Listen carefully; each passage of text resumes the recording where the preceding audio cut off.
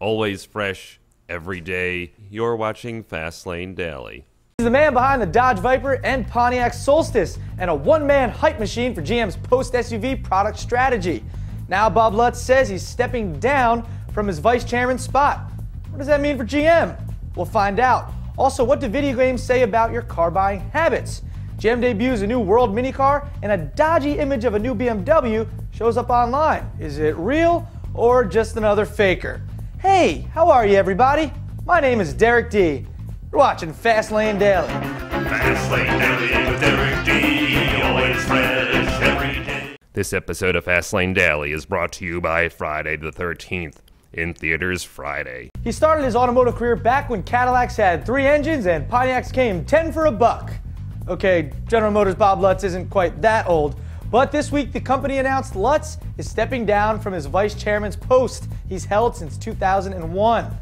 An avowed car guy, Lutz has been GM's new product guru, championing such products as the Pontiac Solstice and Chevy Volt. He's also been an advocate for importing GM Australia's rear-drive platforms for American models like the Pontiac G8 and upcoming Camaro. During his 46 years in the auto industry, the Swiss-born Lutz has held several top jobs outside GM, including chairman of Ford Europe and vice chairman of Chrysler. Lutz is best known for his brash, straight-talking style, once hinting the new Cadillac CTS-V could, quote, suck the doors off a BMW M5, and calling global warming a total crock of Succeeding the larger-than-life Lutz as GM's global product development boss will be GM veteran Thomas G. Stevens, who is about the same size as life and doesn't own his own fighter jet and never did a promo for FLD. Hi, I'm Bob Lutz, GM Vice Chairman for Global Product Development, and you are watching Fastlane Daily. And speaking of GM, that company's gearing up for the world debut of its new Spark. That's the new GM minicar announced in Detroit last month that would go on sale in the US by 2011. Today, GM released new images of the production Spark ahead of its 3D debut at the Geneva Motor Show. The Spark was one of the 3 concept minicars GM rolled out at the New York Auto Show in 2007. I was there. GM asked fans to vote on which model the company should build, and voters chose that prototype called the Chevrolet Beat over the rival Trax and Groove concepts. The Korean-built Spark will replace the Matiz in Europe, where it'll go on sale by early next year. The European Spark will get power from one of 2 available 4-cylinder gas engines, displacing 1 and 1.2 liters. No word yet on price, but GM says the Spark will get around 40 miles per gallon. That's a lot of miles. And you've rounded the Nürburgring in a Porsche 935, topped out a 66 Ford GT40 on the Mulsanne Straight, and piloted a Subaru STI Spec C through 100 rally stages in Northern Europe. All that, and you've never left your parents' basement. But a new Canadian research study reports you'll someday leave that basement and become the kind of car buyer automakers dream about. The study conducted at Carleton University found driving a virtual car in a video game increased brand association with that car in the real world. The results were independent of gaming experience and included both crash-prone newbies and hardcore experts. Most important for car makers, the report found racing a particular brand of car in a game has a far stronger effect on purchase desire than a TV ad. Of course, you don't have a job, haven't shaved in 5 years, and eat nothing but top ramen. So we're not sure how many cars you'll be buying anyway, but there you go. Good luck. Next up, did the BMW Progressive Activity Sedan leak on the web? Could be the case. That's in the Internet Rumor Mill coming up right after this. Yeah. Woo! Nice.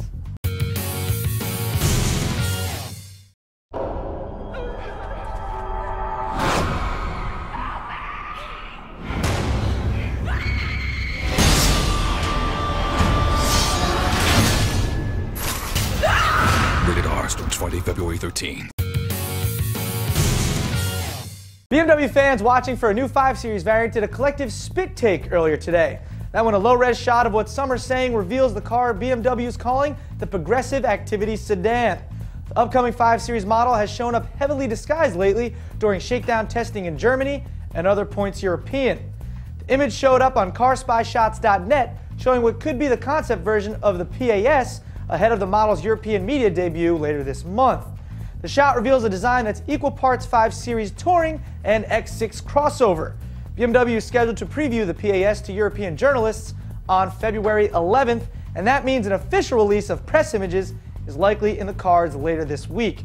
Either way, the PAS, or whatever BMW names it officially, will get a ride height between the 5 Series and the X6, as well as power options mirroring those offered in the 2010 BMW 5 Series.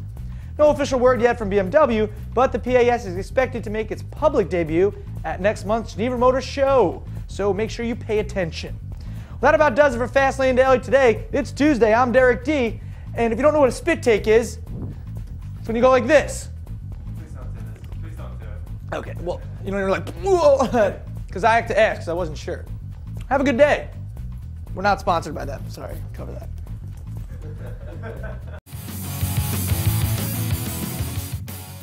This week on WePCTV. How many times have you been asked to come support your friend's band? And most of the time, giving that support kinda sucks. But thanks to computers, the future of local bands just got a little more fun.